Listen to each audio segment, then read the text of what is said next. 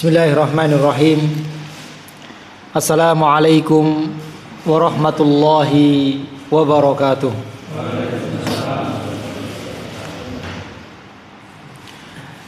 Innal hamdalillah nahmaduhu wa nasta'inuhu wa nastaghfiruh wa na'udzu billahi min sururi anfusina wa sayyiati a'malina. May yahdihillahu fala mudhillalah wa may yudlil fala hadiyalah. Asyhadu an la ilaha illallah wahdahu la syarikalah wa asyhadu anna Muhammadan abduhu wa rasuluh. Qala Allahu tabaraka wa ta'ala, ya ayyuhalladzina amanu taqullaha haqqa tuqatih wa la tamutunna illa wa antum muslimun. Allahumma salli wa sallim wa barik ala nabiyyina Muhammadin wa ala alihi wa ashabihi wa man tabi'ahum bi ihsanin ila yaumiddin. Allahumma 'allimna ma yanfa'una wanfa'na bima 'allamtana warzuqna ilma. Amma ba'du, kaum muslimin muslimat, jamaah kajian Masjid An-Nur yang semoga senantiasa dimuliakan oleh Allah Subhanahu wa ta'ala. Alhamdulillah, kita bersyukur kepada Allah Subhanahu wa ta'ala atas segala limpahan nikmat yang Allah berikan kepada kita, sehingga pada kesempatan kali ini kita dapat menjalankan salah satu amal ibadah yang sangat agung, yang merupakan kewajiban kita sebagai seorang muslim, yaitu thalabul ilmi. Sebagaimana Rasulullah sallallahu alaihi wasallam menegaskan, thalabul ilmi fariidhatun ala kulli muslim. Belajar ilmu agama adalah kewajiban bagi setiap muslim. Dan thalabul ilmi yang merupakan amal ibadah yang dengannya Allah Subhanahu wa ta'ala akan mudahkan jalan kita menuju ke surga. Sebagaimana Rasulullah sallallahu alaihi wasallam bersabda, man salaka tariqan yaltamisu fihi ilman sahhalallahu lahu bihi tariqan ilal jannah. Barang siapa yang menempuh suatu jalan untuk menuntut ilmu agama, maka Allah akan mudahkan jalannya menuju ke surga. Maka thalabul ilmi yang merupakan jalan pintas, amalan yang menghantarkan seseorang ke dalam surga Allah Subhanahu wa ta'ala. Kaum muslimin muslimat, Bapak Ibu jamaah kajian rahimani Allah wa iyyakum jami'an. Ya, insyaallah pada kesempatan kali ini kajian rutin 2 pekanan, Pak ya. 2 pekanan di Masjid An-Nur. Alhamdulillah. Ya, di sini saya diminta untuk mengisi dan alhamdulillah tema juga sudah ditentukan dari takmir, dari panitia, yaitu tema yang akan kita sampaikan pada kesempatan kali ini, yaitu keutamaan menuntut ilmu. Dan ini menarik, ini bagus. Jadi kajian tematik ini ditentukan temanya oleh panitia, oleh takmir. Sehingga nanti ustadz penyampaian yang menyampaikan, yang memberi materi tidak menyampaikan sesuai dengan materi yang dia inginkan. Nanti khawatirnya nanti yang menyampaikan apa yang sudah disampaikan oleh ustadz yang lain. Dan itu sering ada di beberapa tempat kajian di masjid. Saya disuruh ngisi dan saya sudah siap ngisi sudah sarihanya sudah siap, tapi ternyata pas itu dikasih tahu, Ustaz jangan ngisi tema ini. Bukan salah temanya, tapi kenapa? Karena ini sudah ada 3 ustadz yang ngisi dengan tema yang sama. Bahkan khutbah Jumat pun nanti sama gitu. Jadi nanti sama, jadi merasa bosan gitu. Padahal saya sudah siap dengan materi yang itu gitu. Akhirnya saya harus merubah materi yang lain. Ya, jadi tidak tumpuk-tumpuk dengan materi yang sama kalau materi sudah ditentukan. Dan juga panitia ya takmir lebih tahu ya kebutuhan tentang materi apa yang dibutuhkan oleh jamaah. Dan di sini materi yang ditentukan ini bagus. Ya, materi yang penting bagi kita. Ya, sebagai nasihat bagi kita, sebagai motivasi bagi kita agar kita ini selamat, agar ini semangat, ya tidak futur, tidak patah semangat dalam tolabul ilmi. Ya, jadi temanya yaitu keutamaan menuntut ilmu. Yang pertama, kaum muslimin muslimat rahimani Allah wa iyyakum jami'an. Kalau disebutkan kata ilmu di dalam Al-Qur'an dan di dalam hadis-hadis Rasulullah SAW, ya maka yang dimaksud adalah ilmu agama. Jadi kalau Allah Subhanahu wa taala memuji ya ilmu, Allah memuji orang-orang yang berilmu di dalam Al-Quran. Kalau kita jumpai kata ilmu, dan kalau Rasulullah SAW menyebutkan kata ilmu, memuji orang-orang yang berilmu, memerintahkan kaum muslimin untuk menuntut ilmu, maka yang dimaksud adalah satu, yaitu ilmu agama. Ya, kita harus membawa kata ilmu tersebut kepada ilmu agama. Ya, bukan berarti ilmu dunia ya tercela, tidak. Ilmu dunia bagus, ilmu dunia baik, ya bermanfaat, ya. Tetapi ya ilmu agama jauh lebih utama, jauh lebih bermanfaat. Ya. Kemudian ya yang dimaksud dengan ilmu agama, ilmu syar'i yang disebutkan oleh para ulama, yaitu ilmu yang dengannya kita bisa mengenal Allah Subhanahu wa taala, mengenal nama-nama Allah, mengenal sifat-sifat Allah, mengenal hak-hak Allah. Sehingga dengan mengenal nama dan sifat-sifat Allah, ya ada tumbuh cinta kita, pengagungan kita ya kepada Allah Subhanahu wa taala. Kemudian dengan ilmu tersebut kita bisa mengetahui hak-hak Allah. Apa saja hak Allah yang harus kita tunaikan sebagai seorang hamba. Kemudian ilmu agama, ya ilmu syar'i, yaitu juga mengetahui tentang kewajiban-kewajiban kita sebagai seorang muslim. Apa kewajiban-kewajiban kita dalam beribadah kepada Allah, dalam bermuamalah dengan sesama manusia. Ada kewajiban-kewajiban yang harus ditunaikan. Kemudian ilmu agama, yaitu ilmu yang dengannya kita mengetahui hukum halal dan haram. Ya, makanan-makanan yang haram, makanan-makanan yang halal, ya pekerjaan-pekerjaan yang halal, yang haram, ya sehingga ya kita mengetahuinya. Ya, ini ya ilmu agama. Kemudian ya kaum muslimin muslimat rahimani Allah wa iyyakum jami'an, ya dikatakan para ulama bahwasanya ilmu agama ini adalah sesuatu yang sangat kita butuhkan. Bahkan kebutuhan manusia terhadap ilmu agama itu lebih mendesak, lebih primer. Kalau kita belajar dulu ada kebutuhan primer, ada kebutuhan sekunder. Kebutuhan primer itu apa, Pak? Sandang, papan, pangan. Ya. Tapi kata para ulama bahwasanya kebutuhan manusia terhadap ilmu agama lebih mendesak daripada kebutuhan terhadap makan dan minum.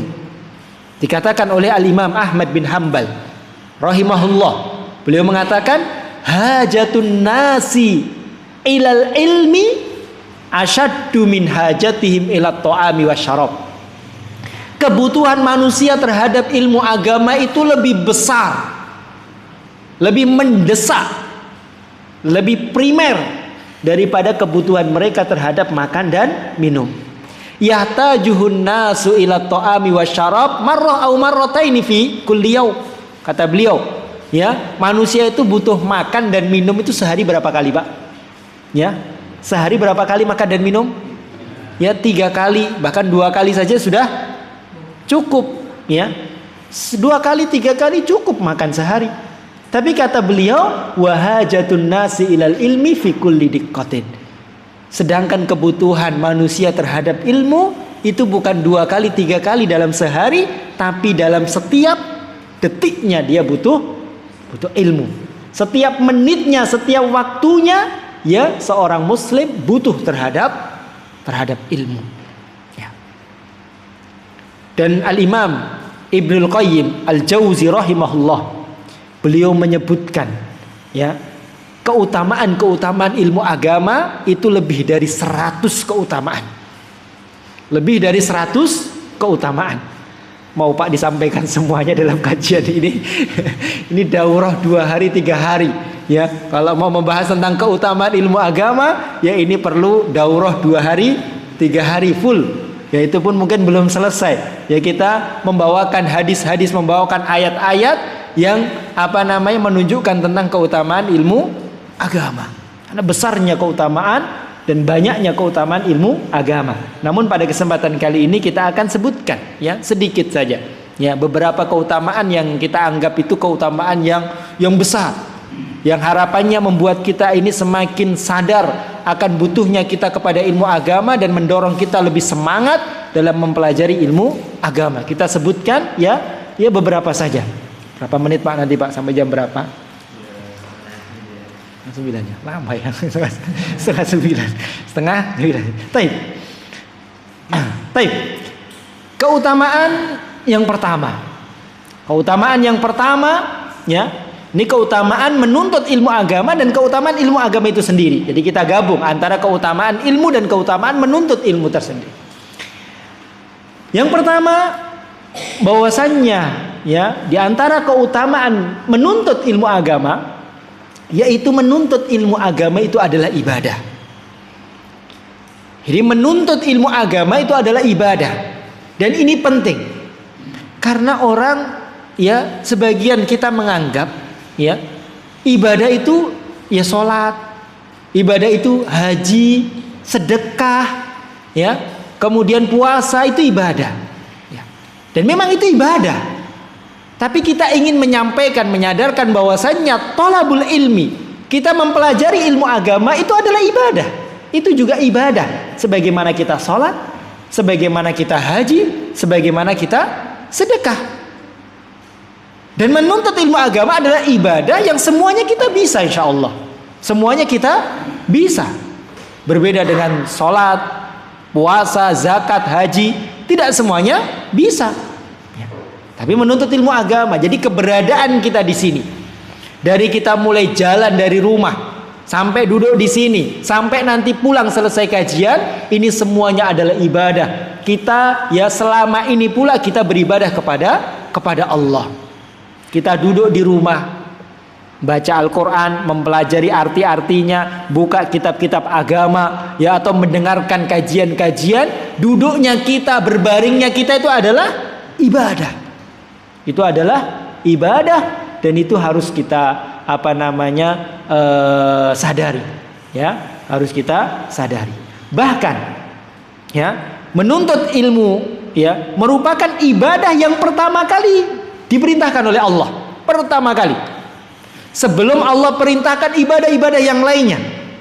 Sebelum Allah perintahkan sholat, sebelum Allah perintahkan puasa, sebelum Allah perintahkan semua ibadah, maka Allah perintahkan terlebih dahulu untuk berilmu terlebih dahulu, ya, berilmu tentang ibadah yang mau dia kerjakan. Allah perintahkan kita untuk sholat, maka sebelum Allah perintahkan kita sholat, Allah perintahkan kita untuk berilmu terlebih dahulu tentang sholat. Apa saja rukun-rukun sholat, apa saja syarat-syarat sholat, Allah perintahkan untuk kita menuntut ilmu tentang sholat, sehingga sholat kita, ibadah-ibadah kita sesuai dengan ilmu yang benar, sesuai dengan ilmu yang benar. Jadi ibadah yang pertama kali sebelum ibadah-ibadah yang lain, yaitu ibadah menuntut ilmu, ya. Bahkan ya para ulama menjelaskan, setiap ada perintah ibadah dari Allah, dari Rasulullah SAW, maka di dalam perintah tersebut terserat, ya, terkandung perintah untuk menuntut ilmu. Saya ulangi, di setiap perintah, ya, untuk ibadah yang Allah perintahkan atau Rasulullah perintahkan, maka di dalamnya di situ ada terkandung, ya, sekaligus perintah dari Allah untuk menuntut ilmu, untuk menuntut ilmu. Kita ambil contoh, Allah perintahkan kita haji, Allah perintahkan kita sedekah, Allah perintahkan kita baca Al-Quran. Maka Allah juga perintahkan kita untuk berilmu tentang ibadah-ibadah tersebut. Dan juga para ulama mengatakan semua keutamaan yang disebutkan ya oleh Allah Subhanahu wa taala dalam ibadah tertentu, maka di situ terkandung pula keutamaan menuntut ilmu. Saya ulangi lagi ya. Kalau Allah menyebutkan tentang keutamaan suatu ibadah, contoh Pak, keutamaan suatu ibadah, sholat isya, ada keutamaan. Allah Rasulullah sebutkan keutamaan sholat isya itu luar biasa. Maka di dalamnya juga terkandung keutamaan menuntut ilmu. Kenapa? Karena ibadah itu tidak akan benar, tidak akan baik, ya, kalau tanpa didasari dengan ilmu yang benar. Maka ini ya, luar biasa keutamaan menuntut ilmu dan agungnya ibadah menuntut ilmu, ya. Karena semua ibadah yang Allah perintahkan, maka di dalamnya terkandung ya perintah untuk menuntut ilmu, ya. Ya bahkan para ulama ya mereka mengatakan bahwasannya ya menuntut ilmu ini merupakan ibadah yang lebih baik dari semua ibadah sunnah, daripada semua ibadah sunnah, bahkan dari ibadah-ibadah yang wajibnya ini wajib kifayah. Karena ada ibadah itu ada yang wajib ain, ada yang wajib kifayah, ada yang sunnah. Maka kata para ulama, menuntut ilmu adalah ibadah yang lebih baik dari semua ibadah sunnah, dan lebih baik daripada ibadah-ibadah fardu kifayah, yang bisa mengalahkan hanya ibadah-ibadah yang fardu ain saja. Ya. Ini ya menuntut ilmu. Makanya Rasulullah mengatakan fadlul ilmi khairun min fadlil ibadah. Keutamaan menuntut ilmu itu lebih baik daripada keutamaan semua ibadah. Ya, semua ibadah. Ya, ibadah-ibadah sunnah maksudnya. Ya, ibadah sunnah. Contoh misalnya Pak, ambil contoh sederhana. Orang misalnya ya malam hari dia memperbanyak sholat, ya misalnya perbanyak sholatnya malam itu banyak, dihabiskan waktu untuk sholat malam, ini baik. Tapi yang lain si B misalnya tadi si A si B dia ambil sedikit saja waktu untuk sholat, sebagian besar waktunya dia gunakan untuk belajar. Malam itu dia belajar, ya mempelajari ayat-ayat Al-Quran tentang makna-maknanya, hadis-hadis. Maka si B ini lebih baik, ya. Karena ya menuntut ilmu adalah ibadah yang lebih baik daripada semua ibadah sunnah. Dan itu dikatakan oleh ya hampir mayoritas para ulama, ya para sahabat, diantaranya Ali bin Abi Thalib. Beliau mengatakan orang yang menuntut ilmu agama seperti kita ini sekarang sedang menuntut ilmu agama, maka ganjarannya, pahalanya lebih besar daripada puasa, sholat, bahkan jihad di jalan Allah. Ya. Sahabat yang lain Abu Hurairah beliau mengatakan, sungguh jika seandainya saya ini menuntut ilmu, belajar ilmu agama, kemudian dari hasil belajarnya itu beliau mengetahui satu bab tentang ilmu, maka itu lebih saya cintai daripada 70 kali berjihad di jalan Allah. Ini keutamaan menuntut ilmu. Imam Syafi'i juga demikian. Ya, beliau mengatakan tidak ada suatu ibadah apapun, ya, kecuali ibadah yang fardu ain, yang sifatnya fardu setiap individu, ya, yang lebih baik daripada menuntut ilmu agama. Nah, kalau kita perhatikan para ulama itu sibuknya dengan menuntut ilmu agama, ya, menuntut ilmu agama, ya. Bahkan kalau kita tahu Imam Malik bin Anas itu waktunya habis untuk belajar dan menyampaikan ilmu, menuntut ilmu dan menyampaikan ilmu, itu saja kerjaannya beliau. Ya, mayoritas waktunya dihabiskan untuk ya mempelajari ilmu dan menyampaikan ilmu. Maka pada zaman beliau ada seorang ahli ibadah. Bahkan dia menyendiri untuk sibuk beribadah, sholat, puasa, zikir dan yang lain ibadah-ibadah sunnah. Dia habiskan waktunya untuk ibadah. Pemuda tersebut, orang tersebut mengirimkan surat kepada Imam Malik bin Anas. Dalam suratnya dia memberikan nasihat, memberikan saran kepada Imam Malik agar Imam Malik itu menyendiri seperti dia untuk sibuk beribadah, sibuk sholat, sibuk puasa, sibuk berzikir dan yang lainnya. Jangan sibukkan diri dengan menuntut ilmu dan menyampaikan ilmu kepada manusia. Maka surat tersebut dibalas oleh Imam Malik. Beliau mengatakan, Innallaha qad qassamal a'mal kama qassamal arzaq. Beliau mengatakan, ya, Allah itu sudah membagi-bagi amalan-amalan seseorang hamba sebagaimana Allah itu membagi rizki, ya, para hamba. Rizki itu sudah ditetapkan oleh Allah dan Allah juga sudah menetapkan amal-amal bagi setiap hamba. Rubba rajulin futihat lahu fis salat wa lam yuftah lahu fis shaum.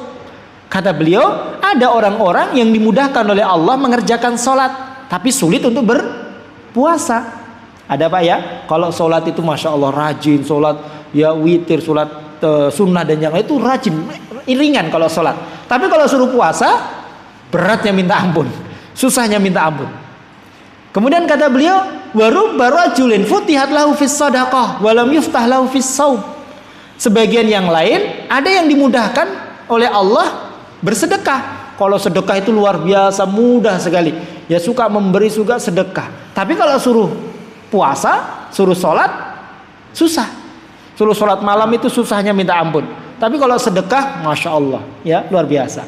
Ini kata beliau, amalan itu sudah dibagi-bagi oleh Allah Subhanahu wa Ta'ala. Kan kata beliau, wa raditu bima qassamallahu li minal a'mal. Dan saya ridho, saya senang kok dengan amalan yang Allah tetapkan untukku, yaitu sibuk belajar dan sibuk menyampaikan ilmu. Wa inni la ara bi anna ma ana fihi duna ma anta fihi. Dan saya tidak memandang bahwasanya amalanku ini lebih rendah daripada amalanmu. Ya kamu sibuk puasa, kamu sibuk zikir, saya sibuk belajar, saya sibuk menyampaikan ilmu, saya sibuk berdakwah. Saya tidak memandang saya ini lebih rendah daripada amalanmu. Wa arju anna kullana ala khair. Tapi saya berharap kita semuanya ini berada dalam kebaikan. Kita ini berada dalam kebaikan. Kamu dalam kebaikan, saya dalam kebaikan. Ya tentu apa yang dilakukan oleh Imam Ahmad jauh lebih besar. Kalau orang puasa sibuk ya berzikir ini baik. Tapi manfaatnya dirasakan untuk diri sendiri.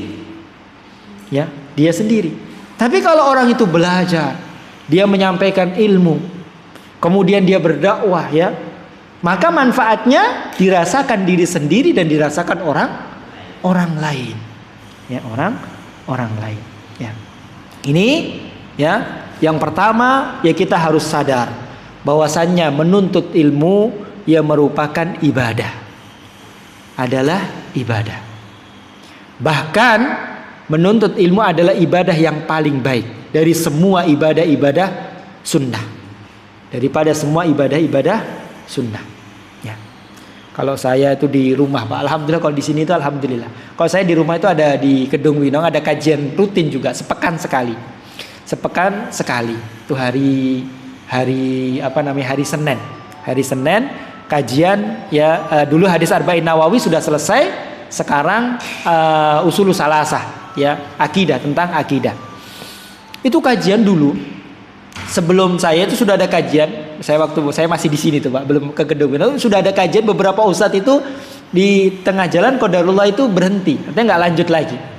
Saya tanya kenapa? Ya saya analisis ya memang kurangnya semangat ya mereka dulu dalam menuntut ilmu. Akhirnya saya punya strategi. Saya habis sholat isya, kajian itu habis sholat isya, itu nggak sholat sunnah dulu. Jadi habis salam, ya, habis salam, udah dikir juga nggak dikir yang sempurna, dikir sebentar, habis itu langsung balik badan, langsung kajian.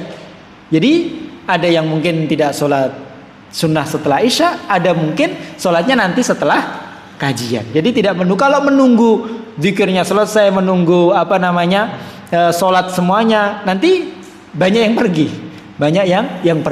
Dan ini sayang, dia meninggalkan ibadah yang utama yaitu thalabul ilmi. Ya, maka tidak apa-apa, saya ijtihad, ya sudah, mungkin ada yang ketinggal sholat sholat sunnah, ya tidak apa-apa. Zikirnya juga nggak terlalu sempurna, ya tapi tidak ketinggalan, semuanya bisa ikut dan istiqomah dalam menuntut ilmu. Ya, jadi kita mau pahamkan bahwasannya menuntut ilmu itu adalah ibadah, bahkan ibadah yang paling baik, lebih baik daripada ibadah-ibadah sunnah. Namun yang paling baik yaitu menggabungkan semua ibadah. Ya. Ini yang pertama. Kemudian keutamaan yang kedua, kaum muslimin muslimat rahimani Allahu wa iyyakum jami'an. Keutamaan ilmu agama dan orang-orang yang mempelajari ilmu agama, ya.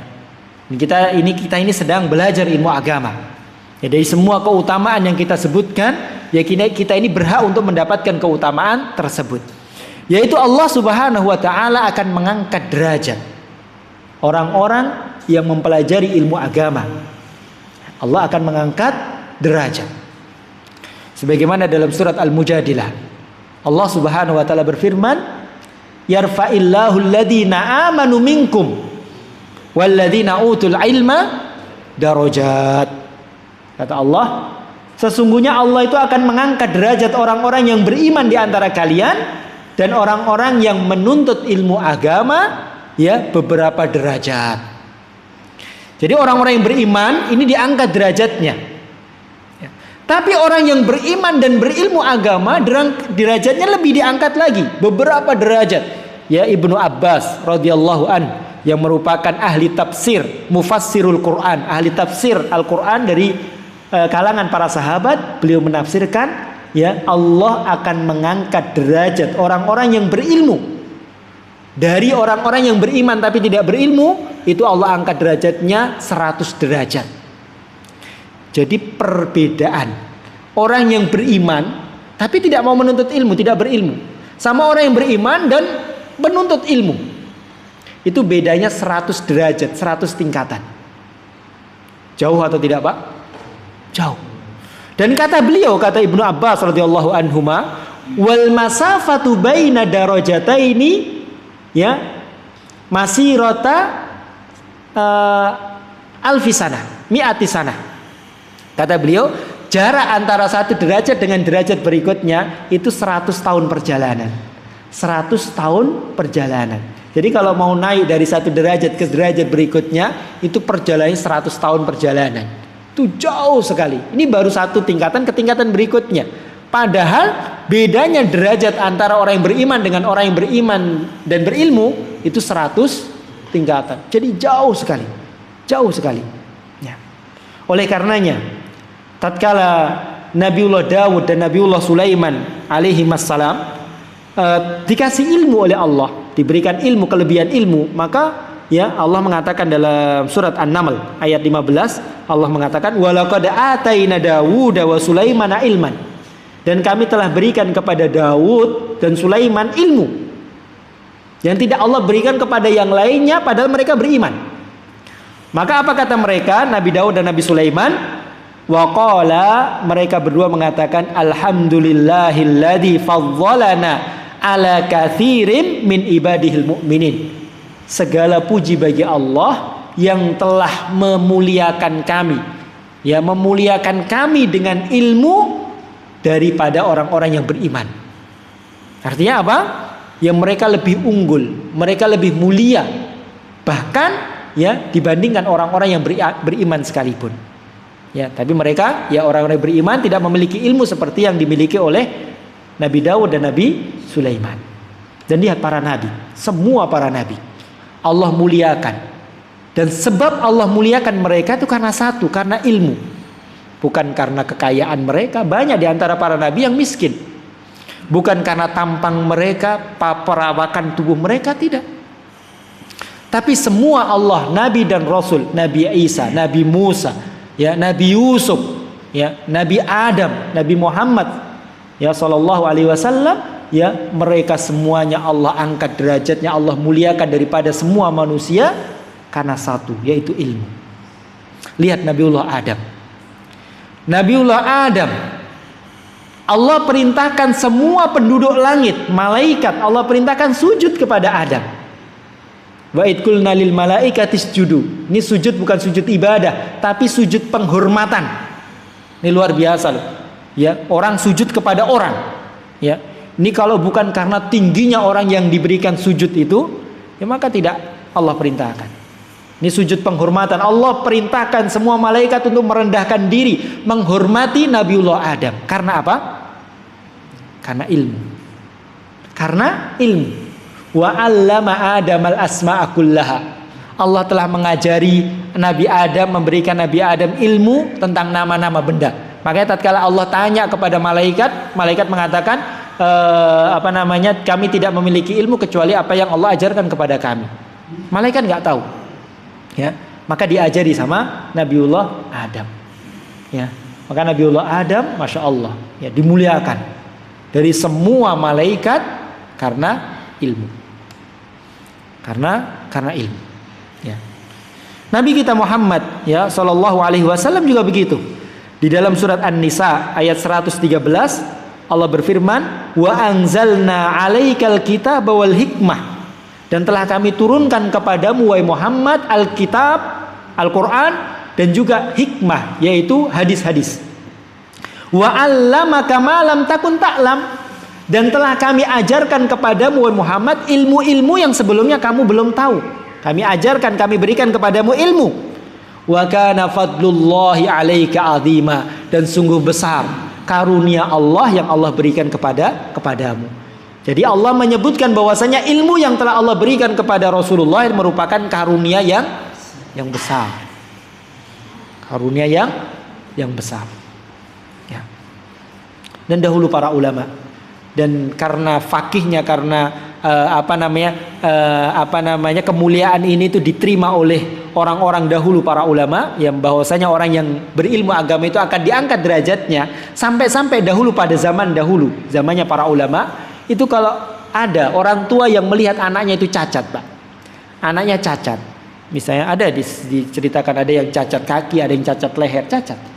Ini dipastikan kalau dia tumbuh besar akan dibully, akan diremehkan, akan direndahkan. Makanya orang tua, ibu pada saat itu, ya, itu perintahkan anaknya yang cacat untuk belajar ilmu agama. Karena ibunya tahu, orang tuanya tahu, dengan ilmu agama maka dia akan diangkat derajatnya di dunia dan di akhirat. Di dunia tidak akan diremehkan, bahkan akan dimuliakan karena ilmu agama. Maka benar, ya puluhan tahun dia belajar, sampai dewasa dia belajar, sampai akhirnya menjadi seorang qadhi, seorang hakim di Mekah, dan beliau menjabat sebagai hakim itu selama 20 tahun. Orang yang cacat lehernya, cacat kakinya, tapi menjadi hakim yang memutuskan perkara, ya pengadilan manusia. Bahkan diriwayatkan, dikatakan, ya tidak ada seorang pun yang berdiri di hadapan orang tersebut kecuali bergetar hatinya, bergetar kakinya, bergetar badannya. Ya. Mereka tidak mau main-main, mereka sangat menghargai, sangat menghormati ya qadhi tersebut. Karena apa? Karena ilmu. Karena ilmu. Dahulu ada ya salah seorang tabi, Atha bin Abi Rabbah. Atha bin Abi Rabbah. Pernah mendengar Pak nama Atha bin Abi Rabbah? Itu budak. Bukan orang merdeka, budak. Bukan pembantu itu lebih mulia. Ini budak. Ya, budak hitam, dan diriwayatkan itu fisiknya itu hitam, pendek, gemuk, matanya besar, rambutnya keriting. Pokoknya dalam segi fisik itu jelek semuanya. Tapi karena beliau ya orang yang masya Allah ya menuntut ilmunya luar biasa semangatnya, dan beliau adalah orang yang berilmu. Pada zamannya menjadi orang yang paling berilmu. Bahkan ya raja pada zaman beliau, raja itu duduk di depan beliau dan beliau duduk di atas untuk menyampaikan ilmu kepada manusia. Raja dan putra-putra raja duduk di depannya, ya, di depan budak. Allah muliakan di dunia dan Allah muliakan di akhirat. Sampai putra raja yaitu mengatakan kepada ayahnya sang raja, wahai ayahku, kenapa kita harus duduk di depan, ya, di depan budak ini, budak yang seperti ini, ya, bukankah kita mulia dengan kerajaan kita, dengan kekayaan kita, dengan status kita, ya? Maka kata bapaknya kepada anaknya raja tersebut, ya, ketahuilah anakku, ya, sesungguhnya ya beliau itu jauh lebih mulia daripada kita, bukan karena harta, Bukan karena perawakan, bukan karena wajah, tapi karena ilmu agama. Karena ilmu agama. Ya. Ini jangankan manusia. Jangankan manusia, Allah pun membedakan hewan yang berilmu dengan hewan yang tidak berilmu. Ya, maka di dalam ilmu fikih, ya kalau kita berburu biasa pakai hewan, Pak ya, pakai binatang. Ya, biasa anjing gitu. Nah, kalau kita punya hewan untuk berburu anjing, ini anjing sudah kita ajari, sudah kita berikan ilmu, ya, sehingga nanti kalau dia nangkap, dia mencari mangsa, itu nggak makan mangsanya, cuma merobohkan saja. Nanti itu yang buruannya itu diambil tuannya. Ini hewan yang sudah diajari, memang hewan untuk berburu, ya. Nah, kalau hewan itu dimatikan oleh anjing yang sudah diajari, maka hasilnya itu adalah halal. Jadi hewan itu halal. Jadi kita punya hewan untuk berburu, kita lepas, ya, untuk buru kijang misalnya, kijang itu mati, ya, nggak kita sembelih, nggak kita tapi kijang itu halal. Kenapa? Karena dibunuh oleh anjing yang berilmu, yang sudah kita ajari. Tapi misalnya ada anjing liar, anjing hutan, anjing liar, ya, bukan anjing yang digunakan untuk berburu, kemudian menerkam kijangnya mati, maka kijangnya haram, ya. Ini hewan saja Allah bedakan, ya, Allah bedakan yang berilmu dengan yang tidak berilmu, bahkan bedanya sangat jauh, ya, hasilnya menjadi haram, ya, satunya menjadi halal, ya. Makanya Allah mengatakan, kul hal yastawil ladina ya'lamuna wal ladina la ya'lamun. Allah mengatakan, katakanlah, apakah sama yang berilmu dengan yang tidak berilmu? Tidak sama, ya. Walaupun sama-sama beriman, ya, tapi kalau satu berilmu, satu tidak berilmu, maka tidak sama di sisi Allah Subhanahu wa taala. Ini yang kedua, ya. Yang kedua yaitu bahwasannya orang yang menuntut ilmu, ya, orang yang berilmu akan diangkat derajatnya oleh Allah Subhanahu wa taala setinggi-tingginya, jauh di atas orang-orang selainnya, ya. Ya, selainnya yang tidak berilmu. Kemudian kaum muslimin muslimat rahimani Allahu wa iyyakum jami'an, keutamaan berikutnya yaitu keutamaan yang ketiga. Ilmu agama ini merupakan nikmat yang paling besar dari semua nikmat-nikmat dunia. Jadi ilmu agama ini nikmat yang paling besar yang Allah berikan kepada hambanya, yang lebih besar daripada semua nikmat dunia. Daripada semua nikmat dunia. Kita lihat, ya, nikmat dunia, nikmat sehat, nikmat harta, jabatan, ya, nikmat kedudukan, ya, nikmat kekuatan, nikmat dunia, semua nikmat ini Allah berikan kepada semua manusia, semua hambanya, tidak peduli hambanya itu beriman atau tidak beriman, tidak peduli hamba itu taat kepada Allah atau justru orang yang sangat membangkang kepada Allah, tidak peduli.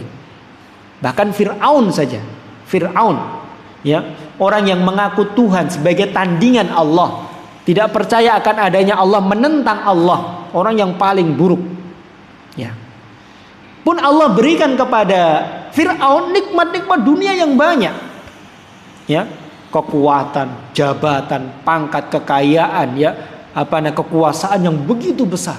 Siapa yang memberikan? Allah. Lihat Qarun, orang yang membangkang kepada Allah, durhaka kepada Allah, ya, Allah berikan kepada dia nikmat harta yang begitu besar. Karena memang harta, ya, nikmat-nikmat dunia ini sepele, nggak ada harganya, bukan sesuatu yang baik di sisi Allah. Ya, maka Allah berikan kepada siapa saja. Kayak kita punya sesuatu yang sesuatu itu nggak berharga, ya sudah diambil, udah siapa yang mau ambil saja sudah. Tapi ilmu agama ini sesuatu yang mulia, sesuatu yang istimewa di sisi Allah dan merupakan nikmat yang besar dari Allah. Maka Allah pun tidak memberikan kepada semua hambanya. Allah pilih. Allah pilih yaitu hamba-hamba yang Allah inginkan kebaikan. Seperti kalau kita punya barang yang bagus, barang yang berharga istimewa, maka ini nggak sembarangan kita berikan kepada orang. Kita berikan kepada orang ya memang terdekat dengan kita.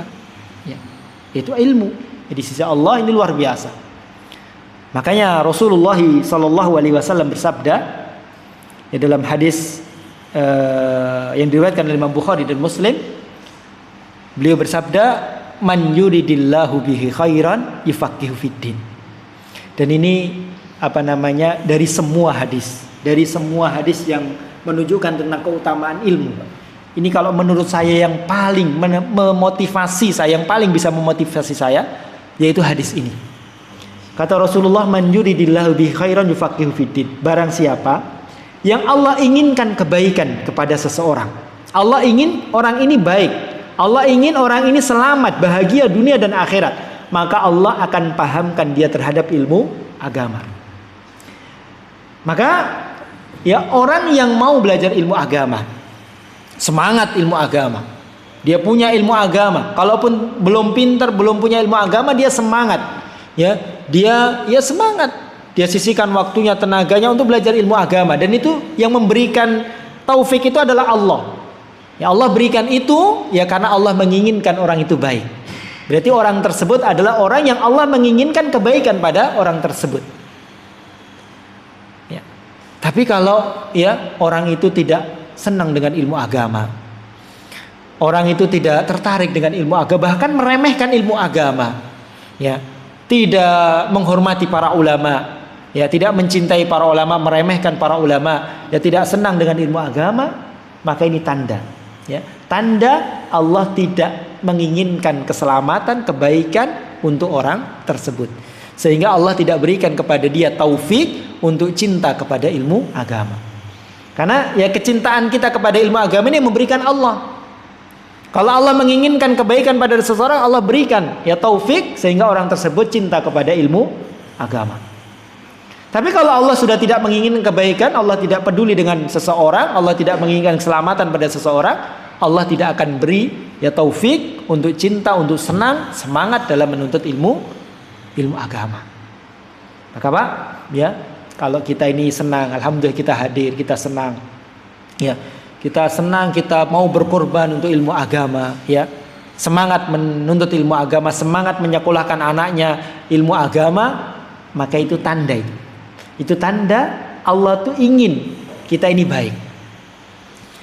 Itu awal mula Allah ingin kita ini bahagia selamat dunia dan akhirat. Itu ya salah satu tanda, indikasi ya bahwasanya Allah menginginkan kita kebaikan. Ya. Karena ilmu agama tidak Allah berikan kepada sembarangan orang. Ilmu agama hanya Allah berikan kepada hamba-hambanya yang Allah inginkan kebaikan. Ya. Dan sekali lagi ya keutamaan yang ketiga ini bahwasanya ilmu agama ini lebih baik daripada semua nikmat-nikmat dunia. Oleh karenanya Allah tidak pernah memerintahkan Rasulullah untuk minta tambahan nikmat, kecuali minta tambahan ilmu agama. Jadi Allah tidak pernah memerintahkan Rasulullah untuk meminta tambahan nikmat kecuali meminta tambahan ilmu agama. Karena yang membuat ya selamatnya, bahagianya, baiknya seseorang adalah ilmu agama. Maka Allah perintahkan Rasulullah untuk meminta kepada Allah dan terus meminta tambahan ilmu agama. Allah tidak perintahkan Rasulullah untuk minta tambahan nikmat, harta misalnya atau yang lainnya, tidak. Ya, nikmat-nikmat yang lainnya Allah tidak perintahkan Nabi kita untuk meminta kepada Allah, kecuali ilmu. Makanya Allah Subhanahu wa taala mengatakan, "Wa qul rabbi zidni ilma." Katakanlah wahai Muhammad, katakanlah Rabbi zidni ilma, ya Allah tambahkan kepadaku ilmu. Ilmu di situ maksudnya adalah ilmu agama. Jadi Allah perintahkan Rasulullah untuk meminta tambahan ilmu agama. Ya. Dan bukti bahwasanya ilmu agama ini lebih baik daripada semua nikmat dunia, yaitu suatu ketika Rasulullah sedang melewati para sahabat yang pada saat itu sahabat-sahabat sedang kumpul, dan itu sahabat yang miskin dari kalangan para sahabat. Sahabat-sahabat miskin kumpul. Ya, karena banyak sahabat yang miskin, walaupun juga banyak yang kaya. Tapi pada saat itu sahabat-sahabat yang miskin kumpul. Kemudian Rasulullah lewat. Kemudian Rasulullah mengatakan kepada para sahabat, beliau bersabda, afala yaghdu ya ahadukum ilal masjid. Apakah ya kalian tidak mau pergi ke masjid? Faya'lam au yaqra ayataini minal Qur'an. Apakah ya kalian tidak mau pergi ke masjid, membaca dan mempelajari 2 ayat saja dari Al-Qur'an? Daripada ngumpul-ngumpul di sini, ya mendingan kalian pergi ke masjid, belajar Al-Qur'an. 2 ayat saja dari Al-Qur'an kalian baca, kalian pelajari. Khairun min naqatain. Karena yang demikian itu pahalanya itu lebih baik daripada 2 unta merah. 2 unta. Disebutkan unta karena memang harga benda yang paling berharga pada saat itu tuh unta. Itu lebih baik daripada 2 unta. Wa salasun khairun min salas. 3 ayat yang kalian pelajari lebih baik daripada 3 unta. Wa arba'un min arba. Dan 4 ayat lebih baik daripada 4 unta. Ya. Wa min a'dadihinna minal ibil, dan terus 5 ayat lebih baik daripada 5 unta, 6 ayat lebih baik daripada 6 unta, dan seterusnya. Karena orang-orang sahabat yang miskin ini tentunya berharap ingin punya harta kekayaan. Dan Rasulullah memberikan permisalan itu unta yang harganya itu yang benda yang paling mahal. Istilahnya diiming-imingi dengan unta. Mau 2 unta ya. Kalau mau ada yang lebih baik, yaitu pahala belajar 2 ayat dari Al-Quran. 3 ayat lebih baik daripada 3 unta dan seterusnya. Jadi luar biasa. Ya, kalau kita belajar, masya Allah, itu pahalanya luar biasa. Ini ya keutamaan yang ketiga. Kemudian keutamaan yang berikutnya, keutamaan yang keempat. Ini keutamaan yang juga luar biasa. Ya, banyak keutamaan terkumpul dalam satu hadis. Yaitu keutamaannya orang-orang yang menuntut ilmu itu disenangi oleh malaikat. Mereka akan dinaungi oleh para malaikat. Semua penduduk langit dan semua penduduk bumi, bahkan ikan-ikan yang ada di lautan, semut-semut yang ada di sarangnya, semuanya mendoakan kebaikan bagi para penuntut ilmu. Semuanya mendoakan bagi para penuntut ilmu. Ya. Dan para penuntut ilmu, orang-orang yang berilmu, itu mereka adalah pewaris para nabi. Orang yang menuntut ilmu, mencari ilmu, itu mencari warisan nabi. Ya, mencari warisan nabi. Dan orang yang mendapatkan ilmu, maka dia adalah orang yang mendapatkan warisan dari para nabi. Kata Rasulullah, ya, keutamaan-keutamaan tersebut terkumpul dalam satu hadis. Ya, Rasulullah bersabda, wa innal malaikah la tadau ajnihata haridun li talibil ilmi. Ya, sesungguhnya malaikat itu mengepakkan sayapnya, melindungi, menaungi para penuntut ilmu. Karena malaikat ridho, senang dengan para penuntut ilmu. Wa innal alima la yastaghfiru lahu man fis samai wa man fil ard. Dan penuntut ilmu, orang-orang yang belajar ilmu agama, itu akan didoakan kebaikan oleh semua penduduk langit dan semua penduduk bumi. Semua penduduk langit dan semua penduduk bumi.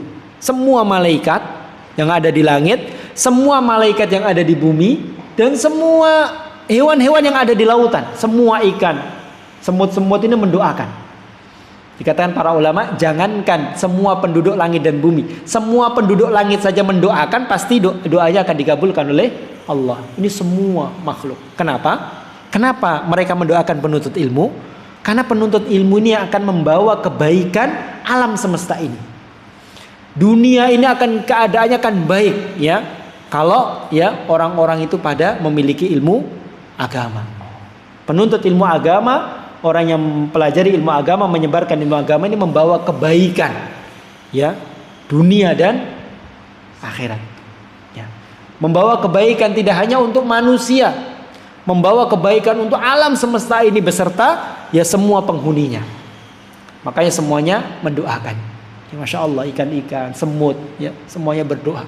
Ya Allah, ampunilah fulan, berikanlah keberkahan kepada fulan, terus mendoakan untuk para penuntut ilmu. Kemudian kata Rasulullah dalam hadis yang ini, wa fadlul alimi 'alal 'abidi ka fadlil qamari lailatal badri 'ala sa'iril kawakib.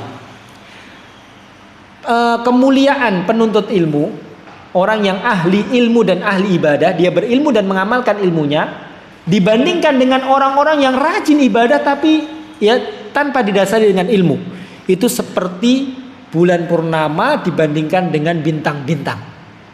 Kalau ada bulan purnama, bintangnya kelihatan tidak, Pak? Kelihatan tidak kalau bulannya purnamanya ini terang? Nggak kelihatan. Padahal bulan itu satu, bintang ribuan.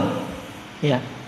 Makanya satu orang yang berilmu dan dia mengamalkan ilmunya, maka ini lebih baik, ya, lebih baik daripada ribuan orang-orang yang rajin beribadah tanpa didasari dengan ilmu. Karena orang yang beribadah tanpa didasari dengan ilmu, maka akan ya bahayanya lebih besar daripada manfaatnya. Tapi kalau orang itu berilmu, mengamalkan ilmunya, ya ini akan memberikan kebaikan untuk diri sendiri dan kebaikan untuk ya yang lainnya. Ya. Kemudian kata Rasul dalam hadis ini, wa innal ulama'a hum warasatul anbiya. Dan sesungguhnya para ulama itu mereka adalah pewaris para nabi. Kita tahu pewaris itu adalah orang yang terdekat. Orang tua, harta warisannya, pewarisnya adalah orang-orang terdekat, ya, suaminya, istrinya, anak-anaknya. Maka dari sini para ulama mengatakan, ya orang yang paling dekat kedudukannya, ya nanti ya di akhirat yaitu dengan para nabi, yaitu para ulama, orang-orang yang senantiasa menuntut ilmu, karena mereka adalah pewaris, ya orang yang paling dekat. Makanya para ulama mengatakan tidak ada kedudukan, status yang lebih mulia, ya setelah kenabian, ya dibandingkan yaitu status talibul ilmi, penuntut ilmu. Jadi status yang paling tinggi, yang paling mulia itu adalah para nabi dan rasul. Setelahnya adalah para ulama, ya orang-orang yang berilmu. Itu status yang paling tinggi, status yang paling mulia, yaitu para penuntut ilmu. Mereka adalah pewaris para nabi. Wa innal anbiya alam yuwarrithu dinaron wala dirhaman. Para nabi tidak mewarisi, nabi kita Rasulullah Muhammad tidak mewarisi harta, tidak mewarisi ya dinar, dirham, tidak. Tapi beliau mewariskan ilmu. Dan semuanya bisa mengambil warisannya tanpa rebutan. Ya, semuanya bisa mengambil, ya. Dan barang siapa yang mengambil ya ilmu yang banyak dari Rasulullah, maka dia telah mendapatkan warisan yang banyak dari Rasulullah Sallallahu Alaihi Wasallam. Tentunya kalau di sini dicontohkan warisan, karena orang itu sangat tertarik, sangat senang dengan warisan, harta warisan itu berharap sekali. Maka Rasulullah mengatakan ini Rasulullah itu punya warisan dan kalian bebas mengambilnya, ya. Bebas mengambilnya, ya. Makanya pada waktu itu ada salah seorang sahabat, ya, dia datang ke pasar. Dia berteriak kepada manusia, wahai manusia, apakah kalian tidak tahu sekarang Rasulullah bagi-bagi warisan? Bagi-bagi warisan. Kenapa kalian gak mau datang? Akhirnya mereka bondong-bondong datang. Pada saat itu Rasulullah sedang yang menyampaikan ilmu kepada para sahabat. Ada satu sahabat yang ke pasar, yang orang-orang itu sibuk gitu ya, sibuk, maka akan teriak, kalian nggak tahu ini Rasulullah sedang bagi-bagi warisan. Akhirnya mereka bondong-bondong ya datang ya ke Rasulullah, dan mereka dapati Rasulullah sedang menyampaikan ilmu. Mana katanya Rasulullah bagi warisan? Yaitu warisannya Rasulullah, itu mereka itu sedang mengambil warisan dari Rasulullah Shallallahu Alaihi Wasallam. Apakah kalian nggak mau ikut mengambil warisan tersebut? Ya. Ya, ini ya keutamaan ya ilmu, yaitu ya tadi banyak sekali. Kemudian yang terakhir keutamaan yang terakhir tadi di awal di muqaddimah kita sebutkan, tapi ada satu poin yang ingin kita sampaikan dari hadis tersebut, yaitu bahwasannya keutamaan menuntut ilmu, Allah akan mudahkan jalan kita menuju ke surga. Tadi hadis kita baca, man salaka tariqan yaltamisu fihi ilman sahalallahu lahu bihi tariqan ilal jannah. Barang siapa yang menempuh suatu jalan untuk menuntut ilmu. Maksudnya menempuh jalan, yang dikatakan oleh para ulama ini ada dua, ya, hissiyah dan maknawiyah, ya, jalan yang sesungguhnya dan jalan yang maknawi. Jalan yang sesungguhnya itu, ya, orang berjalan, memang berjalan dari rumah ke sini, ya, entah itu berjalan naik motor, dia menempuh suatu jalan, ya, 10 meter, 20 meter dia berjalan, itu menempuh suatu jalan untuk menuntut ilmu. Ya, maka Allah akan mudahkan jalan menuju ke surga. Yang kedua, menempuh jalan juga, yaitu maknawi. Dia tidak berjalan, dia hanya di rumah mungkin, nggak ke masjid, misalnya nggak datang ke ustadz atau yang lainnya, tapi dia di rumah belajar, membaca, mempelajari ilmu agama. Maka ini juga termasuk dalam hadis ini, man salaka tariqan, itu menempuh suatu jalan. Yang ingin kita sampaikan, kenapa Rasulullah itu menyebutkan menempuh jalan untuk menuntut ilmu? Maka Allah akan mudahkan jalannya menuju ke surga. Padahal ibadah-ibadah yang dilakukan dengan menempuh jalan itu banyak. Ya. Silaturahmi, kita datangi orang tua, kita datangi kerabat, itu kan menempuh jalan, bahkan jauh untuk beribadah. Bahkan mungkin haji, umroh, itu menempuh jalan. Bahkan berjam-jam, berhari-hari menempuh jalan yang panjang. Ya, tapi kenapa Rasulullah tidak menyebutkan barang siapa yang menempuh jalan untuk haji dan umroh, barang siapa yang menempuh jalan untuk silaturahmi, ya, barang siapa yang menempuh jalan untuk pergi ke masjid melaksanakan sholat. Kenapa Rasulullah tidak menyampaikan itu? Maka Allah akan mudahkan jalan menuju ke surga. Kenapa Rasulullah menyebutkan menempuh jalan untuk menuntut ilmu? Kenapa? Karena memang menuntut ilmu ini jalan yang dengannya Allah akan mudahkan jalan menuju ke surga. Dengan menuntut ilmu, maka dia akan mengetahui tentang ibadah-ibadah yang banyak.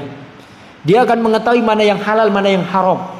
Dia akan mengetahui mana jalan yang mengantarkan dia ke surga dan mana yang jalan yang mengantarkan dia ke neraka. Itu diketahui semuanya dengan ilmu. Sehingga dia tahu jalannya menuju ke surga. Dia tahu penghalang-penghalangnya untuk menuju ke surga sehingga dia bisa menghindarinya. Maka benar ya Rasulullah mengatakan barang siapa yang menempuh jalan untuk menuntut ilmu, bukan untuk haji, bukan untuk umroh dan yang lainnya, maka Allah akan mudahkan jalannya menuju ke surga. Ya. Kemudian yang terakhir di sini Rasulullah mengatakan man salaka tariqan, barang siapa yang menempuh tariq itu jalan.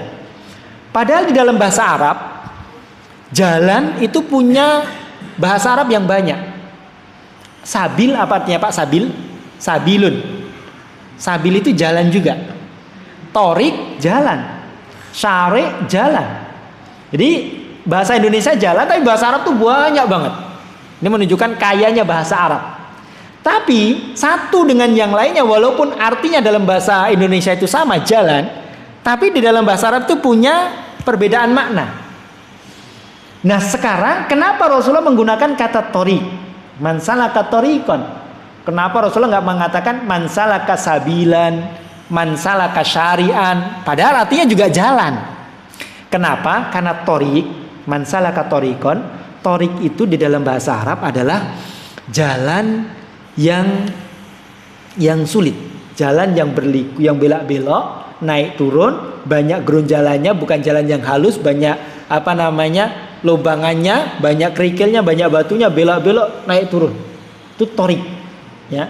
Kalau jalan lurus, bagus, halus, ya, tidak ada rintangan, itu syari, itu bukan torik. Maka dari sini dapat diambil faidah, jalan menuntut ilmu itu jalan yang sulit, Pak. Jalan yang sulit. Menuntut ilmu harus 1 jam duduk di sini, ya, capek gitu ya, harus melek, harus ya capek. Apalagi kalau ya capek, ya. Harus menghafal, harus mendengarkan, kadang bosan, kadang harus melawan lelah, harus melawan kantuk, harus melawan hawa nafsu, kita ingin lihat apa dan yang lainnya, ya penuh dengan perjuangan, penuh dengan cobaan, ya, penuh dengan kesulitan. Itu namanya torik. Makanya Rasulullah mengingatkan, ya, menuntut ilmu itu bukan jalan yang mudah. Tapi kalau kita bisa melalui, kita bersabar, kita istiqomah dalam melalui jalan tersebut, maka juga finishnya, hasilnya itu juga luar biasa. Nantinya Allah akan mudahkan jalan kita menuju ke surga. Taib. Ini mungkin yang bisa kita sampaikan pas ini. Ini kurang dikit ini, kurang dikit. Ini semoga yang sedikit ini ya dapat memotivasi saya pribadi dan juga jamaah sekalian ya untuk terus semangat dalam menuntut ilmu. Ya tidak ada kata terlambat ya. Saya sudah tua, saya sudah nggak ada kata terlambat. Tidak. Dahulu banyak para ulama yang baru belajar itu di umur-umur tua ya.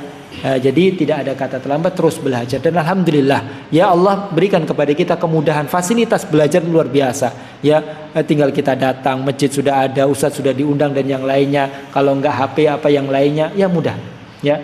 Maka ya kita gunakan ya kemudahan-kemudahan ini ya untuk ya istiqomah ya terus belajar menuntut ilmu agama. Enggak apa-apa mungkin dua pekan sekali atau sepekan sekali ya enggak apa-apa, tapi kita berusaha untuk istiqomah. Jangan sampai yang 2 pekan sekali ini dikalahkan dengan sesuatu yang hari-hari kita kerjakan begitu. Jadi kita harus sisihkan waktu benar-benar ya untuk konsisten istiqomah ya bismillah untuk menuntut ilmu agama. Baik, ini kurang lebihnya saya mohon maaf.